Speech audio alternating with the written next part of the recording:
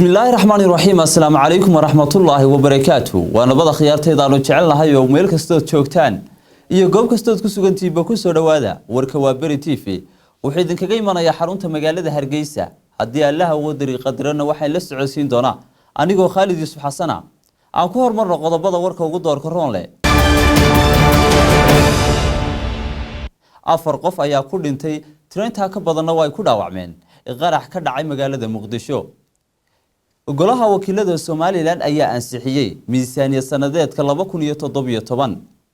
qaar ka mid ah xildhibaanada Soomaaliland ee golaha wakiilada ayaa ka hadlay xildhibaano ay sheegeen in iska sharaxeen dawladda federaalka ee Soomaaliya kuwaas oo sheegtay inay matalaan bulshada Soomaaliland wararka caalamka ugu waaweyn daawadayaal waxa ka mid ah kooxda isku magacaawday dawladda Islaamiga ayaa sheegatay qaraxii ka dhacay dalka Turkiga